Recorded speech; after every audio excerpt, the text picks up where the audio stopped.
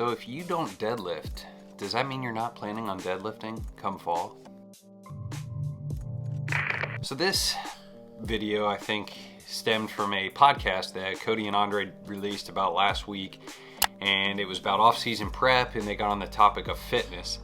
And I thought this is a perfect video. I have a lot of thoughts around this. I talked to a lot of high-level hunters that do some things, and I do believe there is a lot that correlates to the whitetail woods come fall based on some physical preparation and working out for whitetails. But in that podcast, they were talking about the multiple benefits, and those would be both physically and mentally. And I don't believe mentally gets talked about enough in the sport of bow hunting. And I think that's where we'll start this video. I'm not saying we all gotta be Cam Hanes, but I think adding a good element of physical fitness to your whitetail game will only elevate you. In the mental side of things, you gotta look at it as you're holding yourself accountable, and that obviously translates to the woods. You are mentally showing up to do a task that obviously isn't top 10 on your list. It's not sitting on your butt watching a sporting event. It's not kicking back with a beer on a Friday. It is going to put yourself through some physical pain in some aspect. So mentally, you have a hurdle every day. And I very much think by overcoming that hurdle and doing your routine, your fitness regimen, whatever that may be, even if it's just 10 minutes, you have overcome something that is a little bit outside the comfort zone.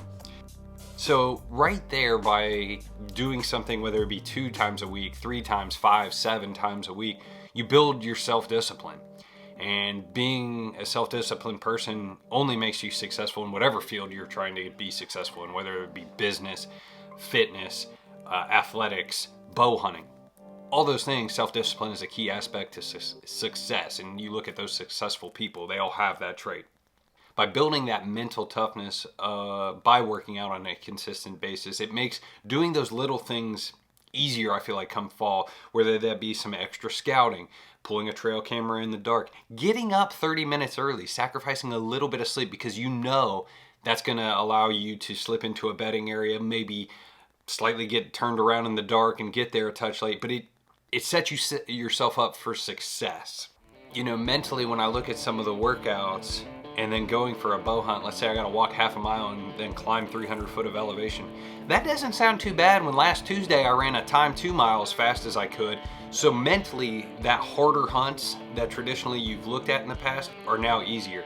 Something I noticed when I came back from elk hunting the first time is all my whitetail hunts, that distance was nowhere near what I had put through physically to elk hunt. And so those super hard whitetail spots were no longer super hard. It was just part of what I needed to do or where I needed to be. So let's talk about the physical side of things, because it definitely helps, especially in certain aspects of hunting. If you're a guy that rides his four-wheeler or walks 100 yards to your pre-hunt ladder stands, maybe working out isn't a direct correlation or isn't really going to help you in the aspect that someone else is going to have. Me as a DIY guy, and I don't have a four-wheeler or an e-bike at this time, I do a lot of walking. Even to pull cams, even to scout, there is no, vehicle assistance. Obviously, if you have elevation of any sorts, building some core strength makes that task a lot easier. I feel the mobile hunter or the run and gun guy who's hanging stands, that's not exactly the world's easiest thing, despite the gear getting better and better every year. It's still a physical task that needs to be done, and when you do have some core strength build up, maybe a little bit of arm strength to get that standing position, it's you're a lot less likely to have errors, and it doesn't seem as daunting either when you build up just some core fitness. I will say with physical fitness, it's not so much going to make the difference on one day. You can bullshit one day in your mind and just trick yourself and go super hard. It makes the difference come day 5, day 6 of your rutcation or your elk trip, or maybe late in the season when you've hunted hard for a few days in a row.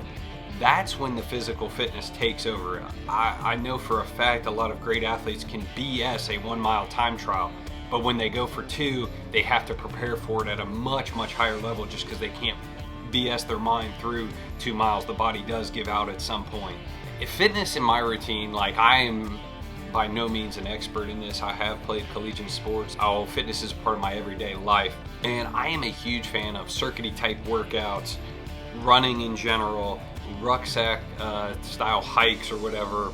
I am a big proponent of volume-based leg workouts, and what that means is I don't care how much you can squat super heavyweight, but can you put 135 on the rack and do a lot of volume sets at 20 reps plus, or how fast can you get 100 air squats in? I think all that translates to the timber at a much better rate, you know, as far as hill climbing and fatigue.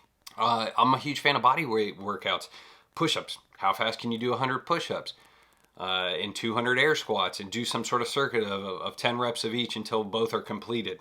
You know, I think it's important too, as we get busier with our lives, everyone's got 15 minutes a day. In a given week, you can get a 15-20 minute workout in per day, especially if you make it a priority. Maybe you don't do the dishes that night because, you know what, honey, I'm gonna go for a 1.5 mile run. That's all 15 minutes. I mean, you can knock that out in 15 minutes at a jogging pace. You know, you could throw weights in a backpack and go up and down a hill 25 times and be done in 15 minutes. The circuit that I did today was pull-ups, running, and some kettlebell swings, and I was done in 16 minutes. So that's the kind of stuff I think is important if you're a busier person and just being efficient with your time. I got some advice for maybe people looking to get started. Is look at the week and the cumulative effect. If you're somebody who hasn't done push-ups or ran in the last year, if you did 50 push-ups a day or ran a half mile a day and did that 3, 4, 5 times in the week, by the end of the week, you could run 4 miles or do a couple hundred rounds of push-ups, which is way more than what you've done in the last year. And you're talking something to run a half a mile, 5-6 minutes.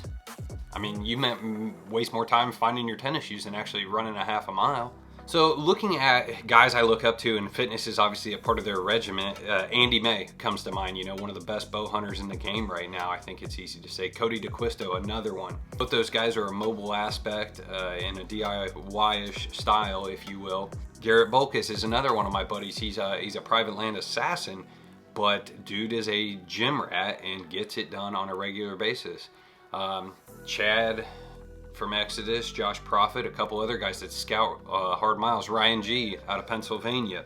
All those guys are somewhat in that same crowd, but they all have fitness as part of their regiment, and they're generally successful guys, and I believe it plays a part in what they do.